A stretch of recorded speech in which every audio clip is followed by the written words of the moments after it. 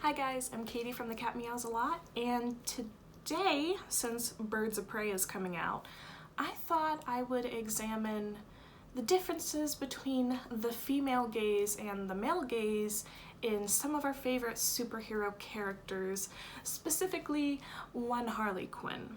And just in general, how DC has handled some of our favorite female characters, depending on whether the director was a male or a female.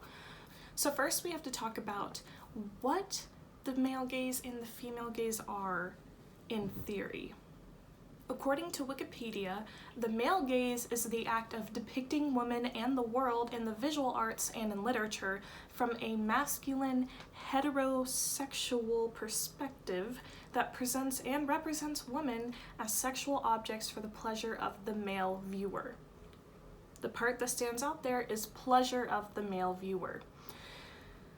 So, the male gaze has three perspectives: that of the man behind the camera, that of the male characters within the film's cinematic representations, and that of the spectator gazing at the image.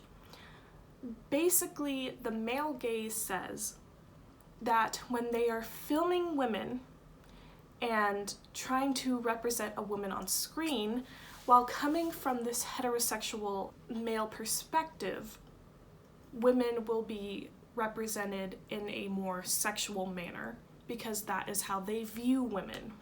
Whereas on the opposite spectrum, we have the female gaze, which is the complete opposite of the male gaze. It's supposed to be the gaze of the female viewer. It's how a woman would see herself and her character traits portrayed on screen and how that differs from the male perspective. I thought it would be very interesting to dive into this while discussing Harley Quinn and how she has been portrayed by male directors and female directors. Before I start off, I do want to say that I know all these directors' intentions weren't necessarily to show these female characters in one way or another. Maybe they did this unintentionally or not, but they do not realize the effect it has on the female viewer when portraying a strong, powerful woman as a sexual object and reduce her down completely to her body. Whereas these male directors see these feminine characters as something they can enjoy and powerful, women don't want to see that and don't want to see themselves represented in such a way. And so I don't want to completely give hate to these directors, but I do want to acknowledge how a male gaze and a female gaze is completely different when addressing the same characters. I want to show how Harley Quinn is always known to be a playful character, always someone who is up for fun and chaos, but how that viewpoint through a masculine lens looks more to be a sexual perspective than with a female lens. So, in Suicide Squad, we can hear Harley Quinn saying, "I'm bored, play with me." I'm bored, play with me. You put 5 of my guards in the hospital, honey. So she's implying that herself is something to be played with, not something that she owns or controls. It's like, here I am, play with me. And that's weird to hear a grown adult saying. In Suicide Squad, it seems that Harley Quinn is a plaything. She is there to give pleasure to everyone else and not herself, which is interesting because the film tries to prove us wrong by playing the song "You Don't Own Me."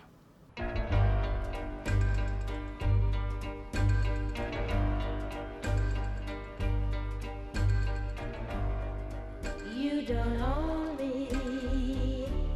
I'm not just one of your many toys. However, it's very clear that while wearing a necklace that says Joker and a shirt that says Daddy's Little Monster, she very much belongs to someone, and we can see that in this clip. Whereas in Birds of Prey, Harley Quinn seems ready to play. Now there's a difference between being a plaything and being ready to play, because being ready to play means that you were ready to bring chaos and fun and excitement, and look at my outfits, they're dazzling and sparkling and crazy, and I'm just here to have a fun time. Whereas in Suicide Squad, it seems I'm here to be messed with by other people.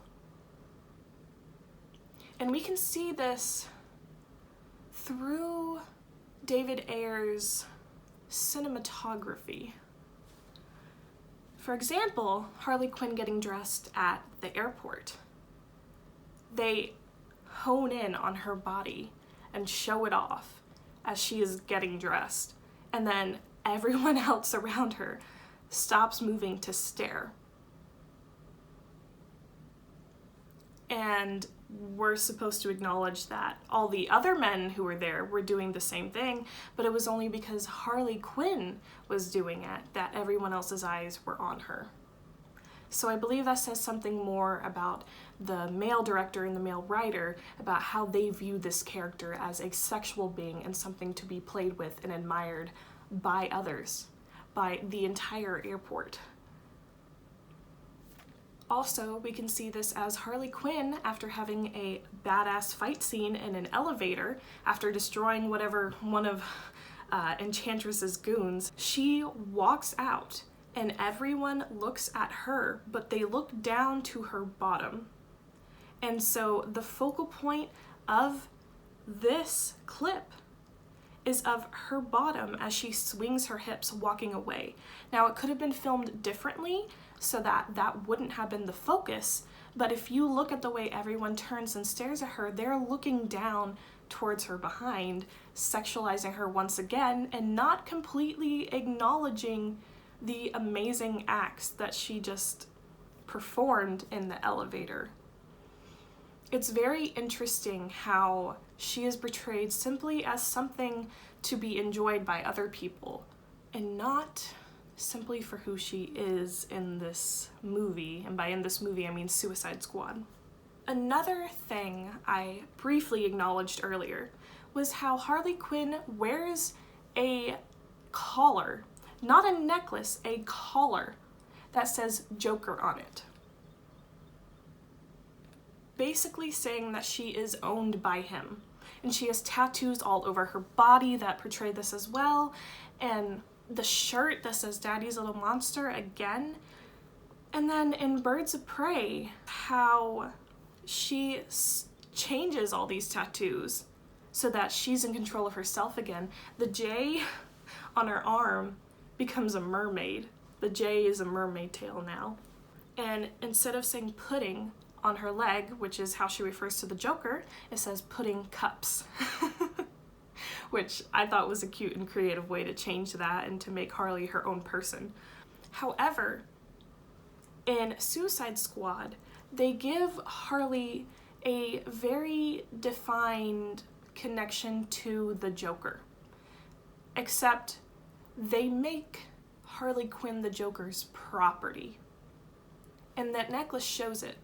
However, in Birds of Prey, she stops wearing a necklace saying that she belongs to someone. And now this is because one of the main plot points, and this is in the trailer, so this isn't a spoiler, is that she does break up from the Joker and she is trying to find who she is as a person again.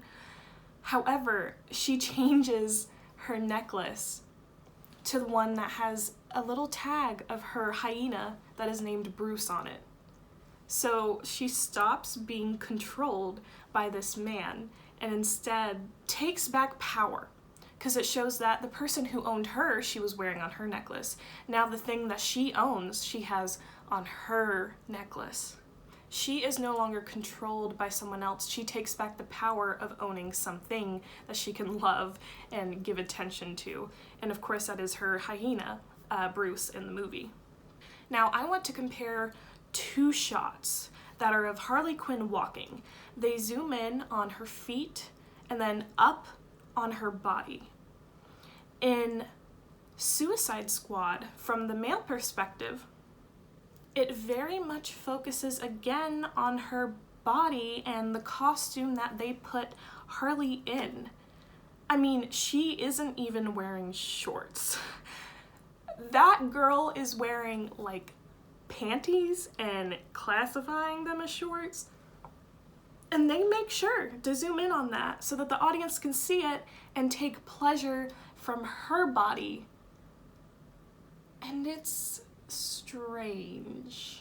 Whereas in Birds of Prey, now in the trailer we only get a shot that goes up about to her ankles, but this shot I can confirm is in the movie the entire way up. I just didn't want to use a clip from anything illegal. This shot goes all the way up. Now, what is the purpose of the shot in Birds of Prey, directed by a female director? The shot is to show that Harley Quinn is dressed up as a different person, as her own little character that she has created. So you see the shoes and you see the long jacket that is covering her, and it's supposed to show that Harley is not dressed up as Harley. She's made up her own character, and you see that in the next shot when she does her little glasses thing and says, "I'm here to report a terrible crime," which was funny. But in Suicide Squad, that clip, what's the point of it besides to show off her body?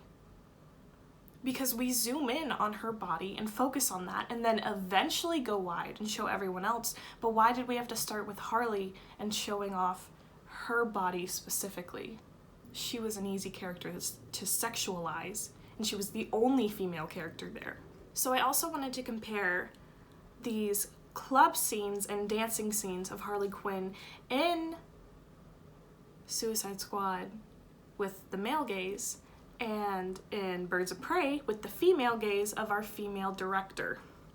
Yes, female director, female writer, female executive producers. So in Suicide Squad, Harley Quinn is definitely trying to please someone with her dancing.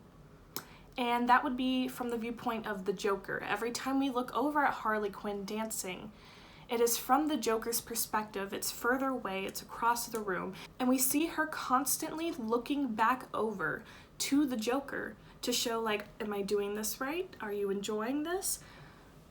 Purely showing that her body is there to please him. Not to mention, she's also dancing with other girls while doing this and touching their bodies and running around with chains and wrapping it around her body and just basically showing, hey, I am your plaything. Harley Quinn is defined by the Joker in this movie, and I cannot say that enough. It's so clear in every shot, despite the director wanting us to believe otherwise with his song choice. Now, in Birds of Prey, with our female director, Kathy Yan, we see Harley Quinn dancing for fun, for herself, to have a good time and cause chaos on her own. She isn't trying to please anybody else. She isn't doing this for anyone else. It's for her to have a good time, and you can tell. She has fun dancing on a pole still, because she's Harley Quinn, why not? She's at a club. She is a being who wants to have some sort of sexual promiscuity, but she wants to do it in her own way that's funny and chaotic, and you can tell the difference when it is a man telling her what to do and a female telling her what to do. So she has fun on her own and gets really drunk and is just having fun in the crowd dancing, doing what Harley Quinn does. Not to mention, in the Suicide Squad scene, Joker literally whistles for her to come to him.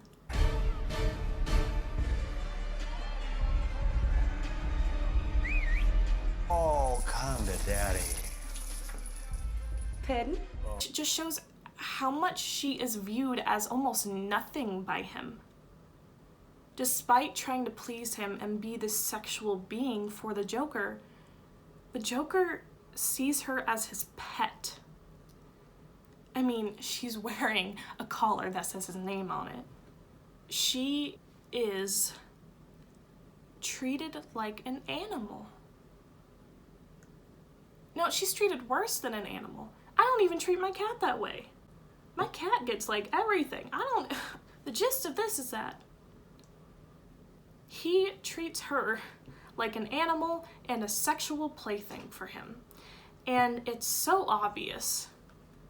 And this is supposed to be a powerful feminine character from the comics who has done a lot of exploring on her own to become her own person after being defined by the Joker. And instead, we just see how she is completely defined by him in Suicide Squad. Okay, so also I wanted to show the differences between how action scenes were filmed in Suicide Squad and Birds of Prey. So in Suicide Squad, we see Harley Quinn fighting in an elevator. In this scene, she flips up and around the goon or whatever it is that they're fighting. So she flips up and around this creature, and notice how the scene is filmed.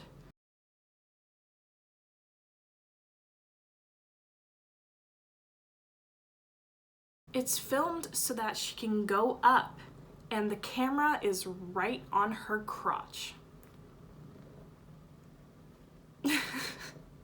I mean, I don't really know what to say. They've like showed every part of Harley Quinn's body.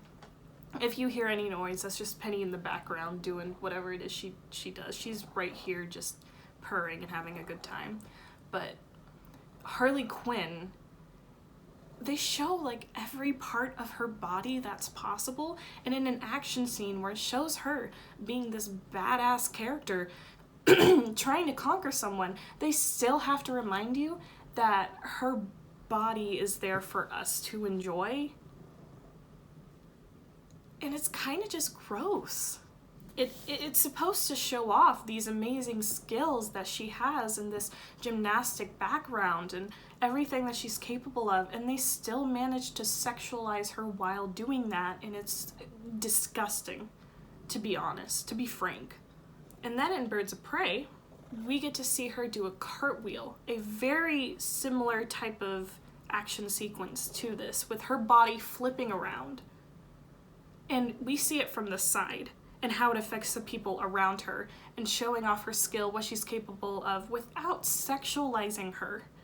She doesn't need to be sexualized because she's badass on her own. She's capable on her own. What was the point of adding in this shot of her crotch? Now there were other shots from the trailers as well that also show Harley Quinn doing different versions of this sort of cartwheel in Birds of Prey. And it's all shot to show her from an angle, to show what she is capable of. It's showing her from the side. It's not showing her so that we get every detail of her body as she's doing it. Now, I wanted to branch off a little bit more into DC's other female characters that we have seen on screen. Yes, you guessed it, Wonder Woman.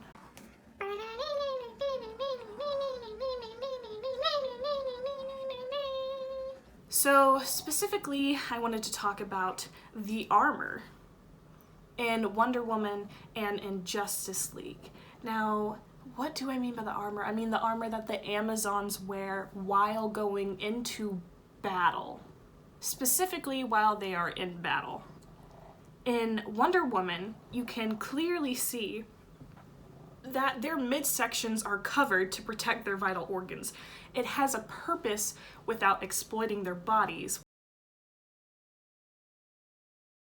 However, in Justice League, directed by Zack Snyder and then later co-directed by Joss Whedon, so I don't know who made the decision for this. I will assume that this decision was made by Zack Snyder, simply because I feel like to have thought about costumes and everything in pre-production, he would have been the one involved, since Joss Whedon wasn't brought on until photography was happening. We see the Amazons wearing bikini armor.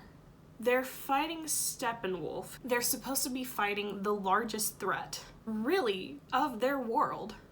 and they're in bikinis. They have no protection for their stomachs, their vital organs.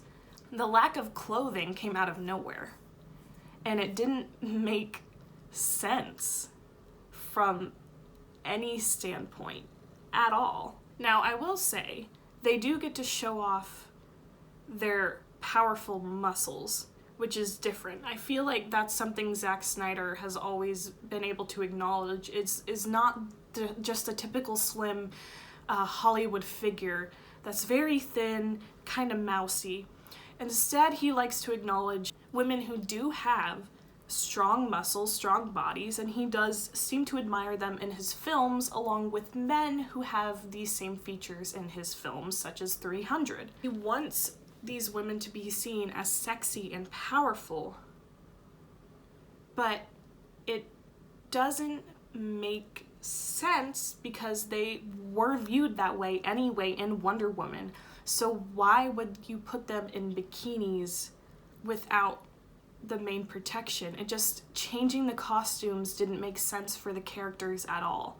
Maybe evolving the costumes over time, but changing the costumes so drastically, I don't know.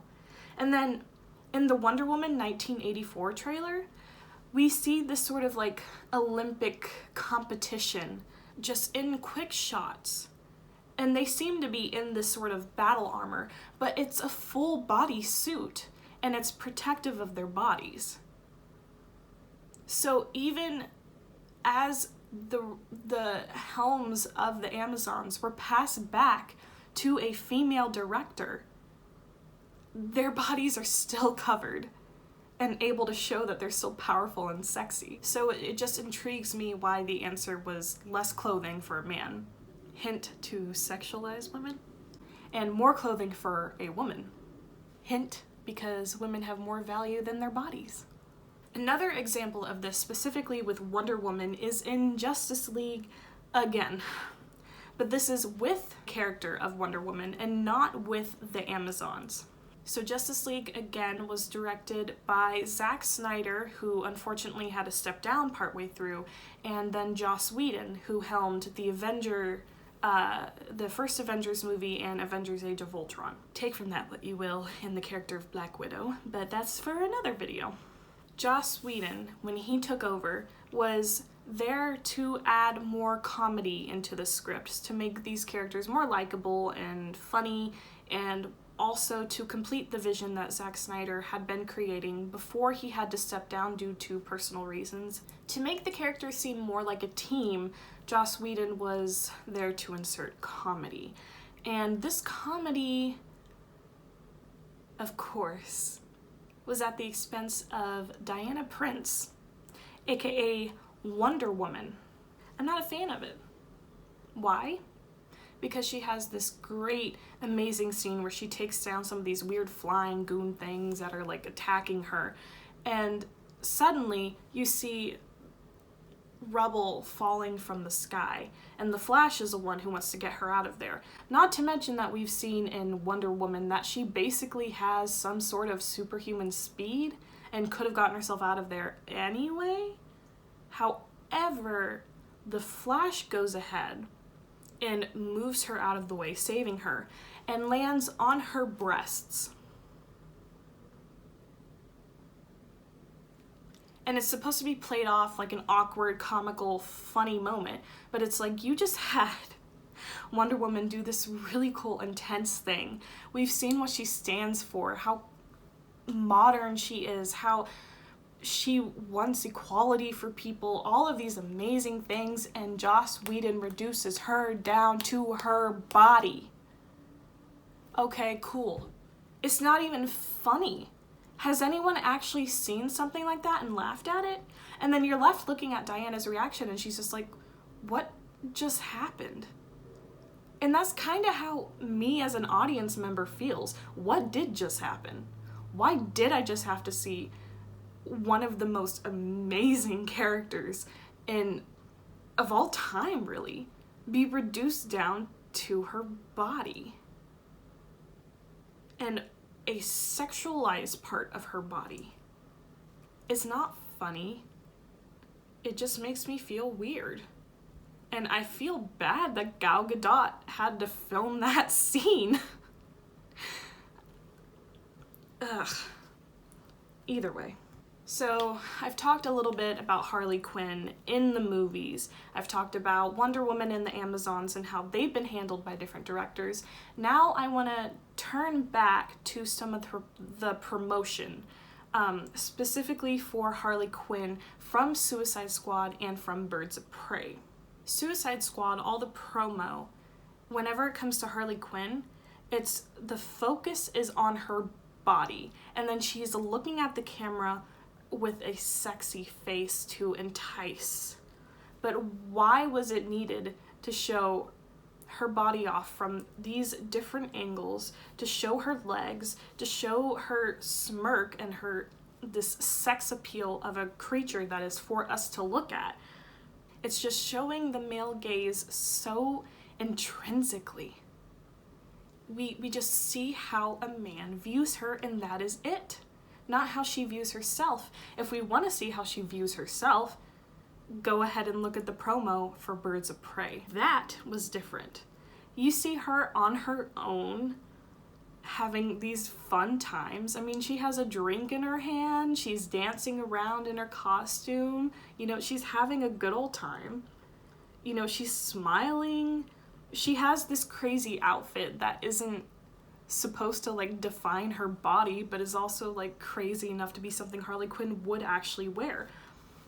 It's just so obvious to me when a man has taken on some of our favorite characters and when a female has taken on some of our favorite characters. Patty Jenkins, Kathy Yan, these female directors are necessary when it comes to helming the role of our favorite characters. If we don't have these directors who are women, who view these characters as people beyond their bodies, beyond what they can sexually offer the audience member or male character, or whatever male is behind the camera, if we don't have these women, then us as audience members, as women, will continue to be reduced down to our bodies and not what we can offer the world. And we can offer the world so many different things. And I thought it would be just interesting, since Birds of Prey is coming out this weekend, to do a little deep dive into DC and these characters to show how different they are portrayed when a man is behind the camera and when a female is behind the camera. Alright guys, thank you so much for watching. I want to hear what you guys think in the comments below. Go ahead, give this video a like, subscribe if you want to. Go see Birds of Prey. It was actually a really just fun action movie on its own. I had a great time. You have an unreliable narrator and Harley Quinn, and so that just makes everything so much more entertaining. I highly recommend it. Go see it. And you guys have a good one. Bye.